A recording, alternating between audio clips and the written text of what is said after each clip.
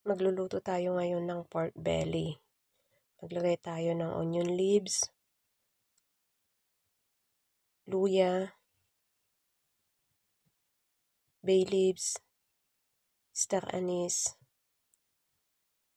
Ilagay na natin yung pork, konting cooking wine, tapos konting asin. Tapos papakuluan lang natin ito ng 20 minutes.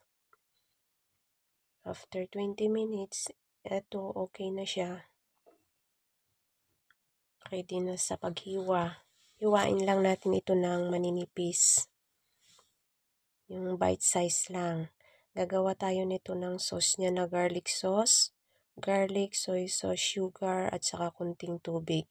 I-blender natin. Pagka-blender natin, dagdagan natin ng chili at saka spring onion.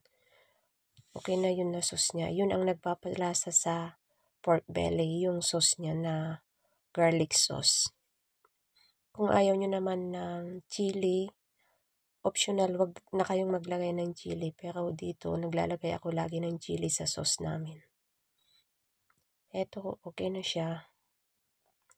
Ready to serve.